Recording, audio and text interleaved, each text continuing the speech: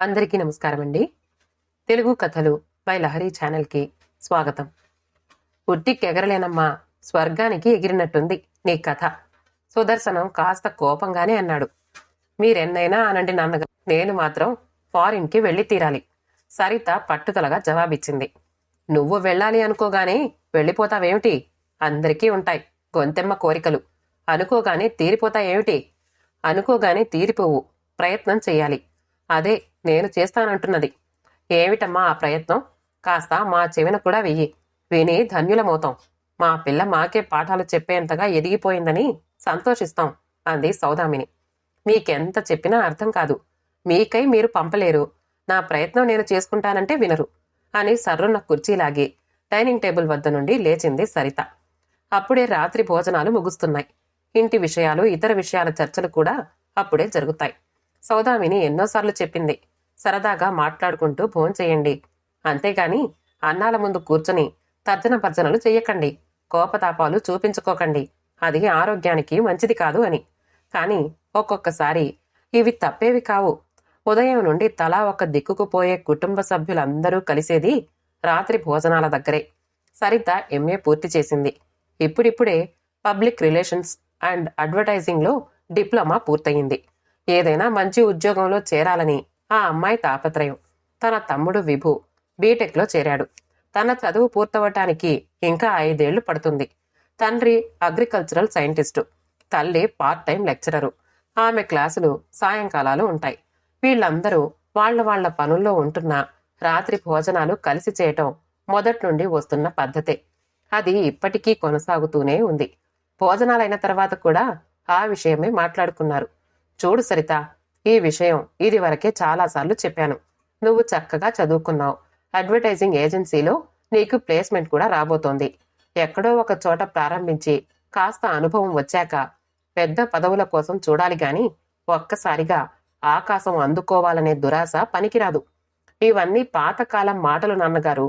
ఎక్కడో ఒక చోట ప్రారంభించటం అంటే అట్టడుగు నుండి అనా మీ ఉద్దేశం? ఇంతలో సౌదామిని కలిగించుకుని, నిచ్చెన కాని మెట్లు కాని కింద నుంచే ప్రారంభమవుతాయి. కింది మెట్లు ఎక్కకుండా ఒకేసారి పై అంతస్తుకు ఎలా చేరుకుంటావు సరిత? అక్క హైజంప్ గురించి మాట్లాడుతోందిలేమ్మా. కాకపోతే లిఫ్ట్ అనుకో, అక్కడ ఒక్క మెట్టు కూడా ఎక్కనవసరం లేదు అని విభు చమత్కరించాడు. సరిత నవ్వింది. వాడు కరెక్టుగా చెప్పాడమ్మా. నిచ్చెన, మేడమెట్లు ఏనాటి మాట? అట్టడుగున ప్రారంభిస్తే అక్కడే ఉండిపోతాం. ఇప్పుడంతా వేగం.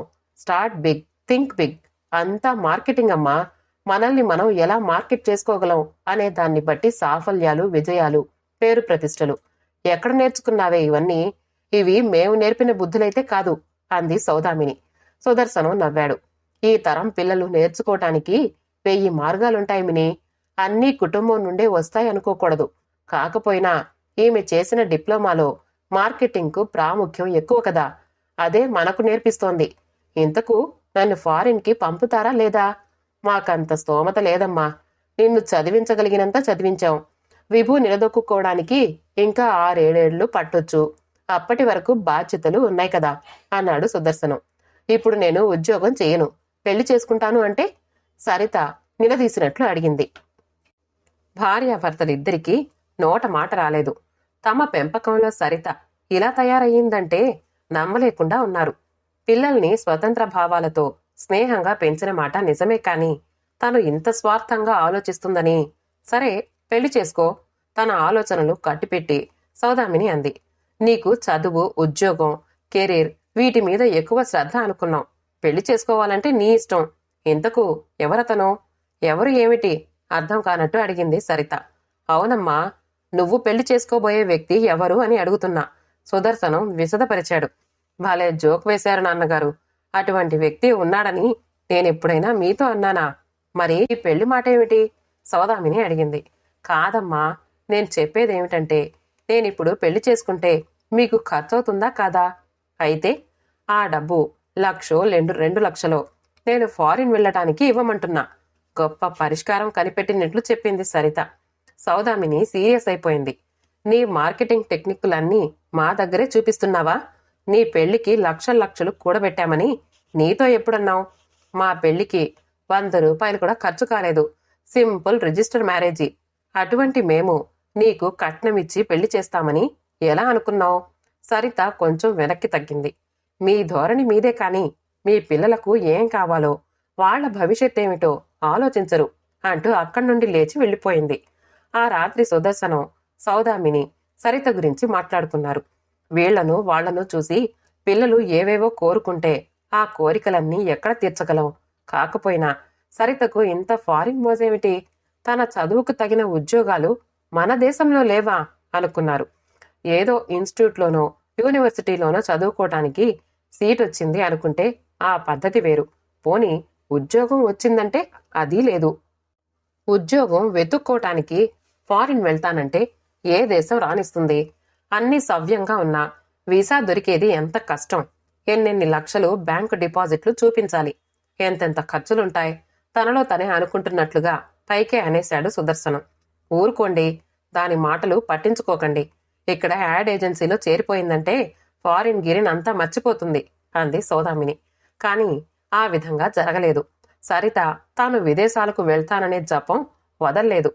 అమ్మా నాన్న ఎదురు పడితే ఇదే మాట, తమ్ముడితో కబుర్లలో ఇదే మాట. ఏ ఏ దేశాల్లో ఏ ఏ సౌకర్యాలున్నాయో, ఎంత జీతాలున్నాయో, తన ఫ్రెండ్సు, వాళ్ల బంధువులు ఫారిన్లో ఎంత హాయిగా ఉంటున్నారో చెప్తూ ఉంటుంది. స్నేహితులతో ఫోన్ల మీద సుదీర్ఘమైన కబుర్లు, ఎన్నెన్నో ఆరాలు. ఎక్కడెక్కడికో వెళ్తోంది, ఎవరెవరినో కలుస్తోంది. ఒకరోజు సుదర్శనం అడిగాడు, నీకు ఈ ఫారిన్ పిచ్చేమిటమ్మా? మన దేశంలో ఉండి దొరికిన ఉద్యోగం చేసుకుంటూ ముందుకు పోవటంలో ఉన్న సుఖం విదేశాల్లో ఎక్కడుంది? ఎన్నాళ్లున్నా పరాయి వాళ్లమే కదా. మన తన అని వాళ్ళెవ్వరుంటారు? సరిత మాట్లాడలేదు. ఆ అడ్వర్టైజింగ్ ఏజెన్సీలో వాళ్ళు నీకింకా ఉత్తరం పంపలేదా? పంపారు అంది సరిత క్లుప్తంగా. ఎప్పుడు చేరాలి? 10 రోజులు టైం ఇచ్చారు. అప్పుడే అటొచ్చిన విభు గ్రేట్ అన్నాడు. ఎందుకు పార్టీ ఎప్పుడు అని అడిగాడు. నీ ముఖం అని గొణిగింది సరిత. అదేమిటమ్మా, నీకు ఫస్ట్ జాబ్ వచ్చిన సందర్భంలో పార్టీ కూడా లేదా అని గొణిగాడు. పార్టీ మాత్రమేనా? నీకు చక్కటి టీషర్ట్ కూడా కొనిపెడతాను, కానీ ఫారిన్ వెళ్లే ముందు అని తేల్చి చెప్పింది సరిత. సుదర్శనానికి చికాకనిపించింది. ఇంకొకసారి ఫారిన్ అన్నావంటే ఊరుకోను. బుద్ధిగా మీడియా మార్కెటింగ్ లో చేరు. ఇక్కడ కూరుకుపోతే ఇక బయటపడను. ఫారిన్లో ఉన్న అవకాశాలు, ఆ ధనార్జన ఇక్కడెక్కడున్నాయి? విసురుగా అంది సరిత. పరిగెత్తి పాలు తాగేదానికన్నా నాకు తెలుసమ్మా ఆ సామెత. ఇంతగా మన దేశం అనే మీరు మాత్రం పల్లెటూరు వదిలి చదువులకు, పట్టణాలకు, ఉద్యోగాలకు, మహానగరాలకు ఎందుకొచ్చారు? డబ్బు కోసమే కదా. ఇక్కడ మాత్రం మనా తన అనేవాళ్లు ఎవరున్నారు?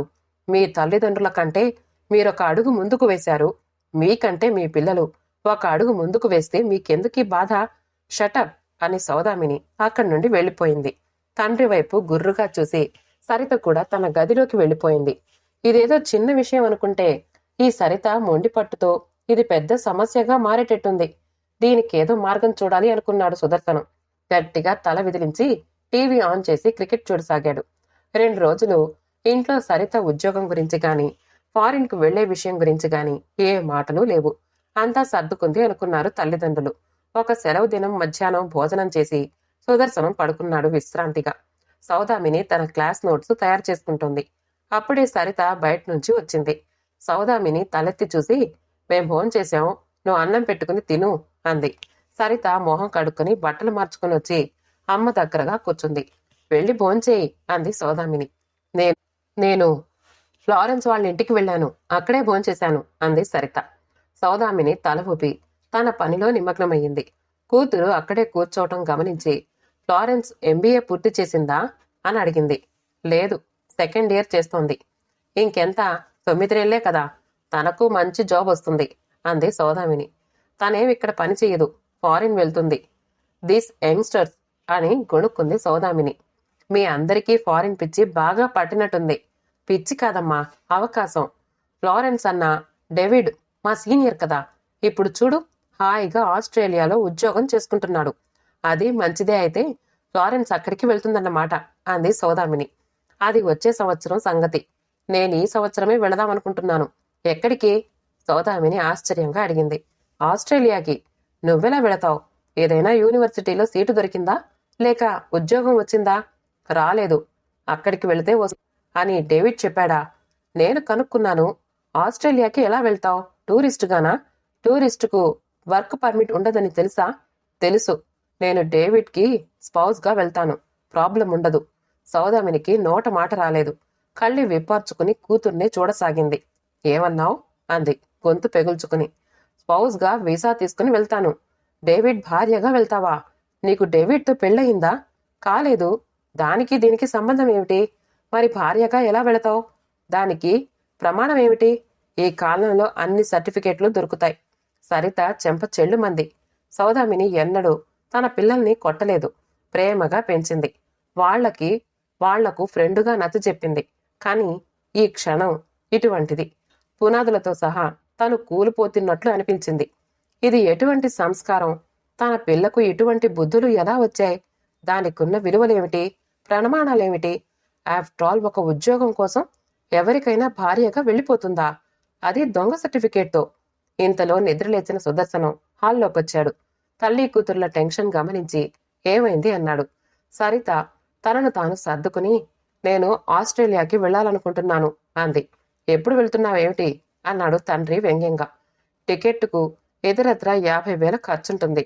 మీరెంత త్వరగా ఇస్తే అంత త్వరగా ఏర్పాట్లు చేసుకుంటాను అంది నిబ్బరంగా. ఇంత డబ్బు ఏర్పాటు చేయాలంటే కాస్త టైం పడుతుంది. కానీ నువ్వు ఏ బేసిస్ మీద ఆస్ట్రేలియా వెళ్తున్నావో చెప్పలేదు. ఇప్పుడు బ్యాంకుల్లో పర్సనల్ లోన్స్ కూడా ఇస్తున్నారు కదా. అయితే డబ్బు ఏర్పాటుకు ఏమిటి తాత సొమ్ము దాచినట్లు అంత దర్జాగా అడుగుతున్నావు అంది సౌదామిని కోపంగా. తాత లేడుగా, తండ్రి సొమ్మే అడుగుతున్నాను. ఆయనకు నా పట్ల బాధ్యత ఉందా లేదా? నా భవిష్యత్తు కోసం ఖర్చు పెట్టాలా వద్దా? నిక్కచ్చిగా అంది. అంత హక్కుగా అడగవలసిందేమీ లేదు గాని నువ్వు ఆస్ట్రేలియా ఎలా వెళ్తున్నావో ముందు చెప్పు. నా ఫ్రెండ్ అన్న అక్కడున్నాడు. అతని భార్యగా వీసా తెచ్చుకుంటాను. సుదర్శనానికి కళ్ళు తిరిగినంత పనయింది. ఇంత నీచమా? ఇంత స్వార్థమా? 23 ఏళ్ల పిల్ల ఇంత వక్రంగా ఆలోచిస్తుందా? నీకు నీతి నిజాయితీలు లేవా? జీవితంలో విలువలంటూ లేవా? ఇంత చదువు చదివి ఇదేనా నువ్వు నేర్చుకున్నది? కోరినది ఇచ్చి అపురూపంగా పెంచుకున్నందుకు ఇదా నువ్విచ్చే ప్రతిఫలం? ఇక మాట్లాడలేకపోయాడు. ఇంతకు ఆ డేవిడ్ భార్యగా ఎలా వెళ్తుందో అడగండి అంది సౌదామిని. సుదర్శనం భావాయుక్తంగా కూతురి వైపు చూశాడు. కొందరున్నారు, వాళ్ళు అన్ని సర్టిఫికెట్లు ఏర్పాటు చేస్తారు అంది సరిత. ఇంత మోసమా? మరొకటి కాదు. పెళ్లి సర్టిఫికెట్. దాని అర్థం బోధపడిందా? కాసేపు ఆగి సరిత అంది. మోసాలు చేయని వాళ్ళు ఎవరున్నారు? చిన్న మోసం పెద్ద మోసం అని మనం అన్నంత మాత్రాన మోసం మోసం కాకుండా పోదు. విలువలనేవి, నీతి నిజాయితీ అనేవి అన్నింటికీ అన్వయించాలి కదా. మనకు అనుకూలంగా ఉంటే విలువలు లేకపోతే లౌక్యం అనుకుంటే ఎలా? ఏమిటి నీ సిద్ధాంతం? దేని గురించి నువ్వు మాట్లాడేది? తీవ్రంగా అడిగాడు సుదర్శనం. నాన్న, నేనొక సంగతి చెప్తాను. మీరు చెప్పిన విషయమే. మీరే ఆలోచించండి. జానకి అత్త పెళ్లి ఎలా చేశారు? దొంగ జాతకం రాయించి దాన్ని బియ్యపు గదిలో దాచి పాత జాతకంలా కనిపించేలా చేసి. అవునా? మీరొకసారి ఫీల్డ్ వర్క్లో ఉన్నప్పుడు భోజనాల టైంకి జీప్లో వెళ్తున్నారు. అది చిన్న ఊరు. హోటళ్లనేవి లేవు. అందరికీ ఆకలి. మీరేం చేశారు? మీ డ్రైవరు అడ్వర్టైజర్లతో పాటు ఒక మఠంలో భోంచేశారు. అందులో ప్రవేశం బ్రాహ్మణులకు మాత్రమే. కాని మీరందరూ బ్రాహ్మణులా నమ్మించారు. అవునా? దేనికి దానికి తేడా లేదు. ఒకరికి మేలు చేయాలని. ఇక్కడ అంతే. నాకు మేలు చేయాలని డేవిడ్ సాయం చేస్తాను అన్నాడు. You fool. నేను ఫూల్ని కాదు నాన్నగారు. ప్రాక్టికల్ మనిషిని. డేవిడ్ను నమ్మవచ్చో నమ్మకూడదో, పరాయి దేశంలో ఏం మోసం చేస్తాడో అని మీరనుకోవచ్చు. ఆ విషయంలో నిశ్చింతగా ఉండండి. ఇక నిజాయితీ అంటారా? దానికి కాస్త నిర్వచనం చెప్తారా? ఆఫీస్కి లేటుగా వెళ్లటం, ఆఫీస్ టైంలో వేరే పనులు చేసుకోవటం, దొంగ కారణాలతో సెలవులు పెట్టడం, లోన్లు తీసుకోవడం, దొంగ మెడికల్ బిల్లులు, ట్రావెల్ బిల్లులు సబ్మిట్ చేయటం, సబార్డినేట్ల చేత సొంత పనులు చేయించుకోవటం. ఎక్కడైనా కొంత లాభం ఉందంటే కులం సర్టిఫికేట్లు, వెనకబడిన సర్టిఫికేట్లు, పుట్టిన తేదీ మార్చే సర్టిఫికేట్లు, తక్కువ ఆదాయాల సర్టిఫికేట్లు. ఒకటేమిటి, గౌరవనీయులం, విలువలు గల వాళ్ళం అనేవారు వీటి గురించి ఆలోచించను కూడా ఆలోచించరు. నిత్యం జరిగిపోతూనే ఉంటాయి. మాట్లాడే అవకాశం వస్తే మాత్రం మహానుభావులు, మహర్షులు అయిపోతారు. మాకు యంగర్ జనరేషన్కు గొప్ప ఆకాంక్షలున్నాయి. త్వరగా పైకి పోవాలి, డబ్బు సంపాదించాలి అనే తపన ఉంది. మెటీరియాలిస్టిక్ అని మీరంటారు కానీ ఇక్కడ అంతే. డిగ్రీల తేడా. ఎంతో ఆర్జించాలి అనే తపన అందరికీ ఉంటుంది. ధనం కాకపోతే పదవి లేదా కీర్తి. కీర్తి, ప్రఖ్యాతి, బిరుదులు, ప్రశంసలు ఎవరు ఏమనుకుంటారో అని మీరు వెనకాడతారు. మేము మొహమాటం లేకుండా సాహసం చేస్తాం. ప్రాక్టికల్గా ఆలోచిస్తాం. సుదర్శనానికి మాటలు పెగల్లేదు. కాసేపు మౌనం రాజ్యం చేసింది. చివరికి, it is all right baby, నువ్వు ఆస్ట్రేలియా వెళ్దూ గాని. అయితే డేవిడ్తో నేనొక్కసారి మాట్లాడాలి అన్నాడు. ఎందుకు నాన్నా? నిన్ను దొంగ సర్టిఫికేట్తో కాకుండా అసలు సర్టిఫికేట్తో పంపుతాను. మీకిద్దరికీ సమ్మతమా? సరిత ఆశ్చర్యపోయింది. దీని గురించి నేను ఆలోచించలేదు నాన్నగారు. బహుశా డేవిడ్ కూడా ఆలోచించలేదేమో. ఇదే సరైన పరిష్కారం అని మీరనుకుంటే it is okay with me. Sudarshanam, Saudamini ఒకరినొకరు చూసుకున్నారు. వీళ్ల విషయంలో ప్రేమలు, పెళ్లిళ్ళు అనేవి కూడా అంత ముఖ్యం కాదు. గో గెటర్స్, కావాల్సింది పొందాలి అంతే. కాలం మారింది అంది సౌదామిని. కాదు, విలువలు మారాయి అన్నాడు సుదర్శనం. ఎవరి విలువలు నాన్నా? అంది సరిత. కథ సమాప్తమండి. కథ నచ్చితే లైక్ చేయండి, షేర్ చేయండి, కామెంట్ చేయండి. ఈ కథ ఎవరినీ ఉద్దేశించి చదివింది కాదు. ఈ కథలో ఏమైనా తప్పులుంటే క్షమించండి. మా ఛానల్ తెలుగు కథలు బై లహరిని సబ్స్క్రైబ్ చేసుకోండి. ఆల్ అనే బెల్ బటన్ని నొక్కండి. మళ్ళీ కలుద్దాం ఇంకో మంచి కథతో.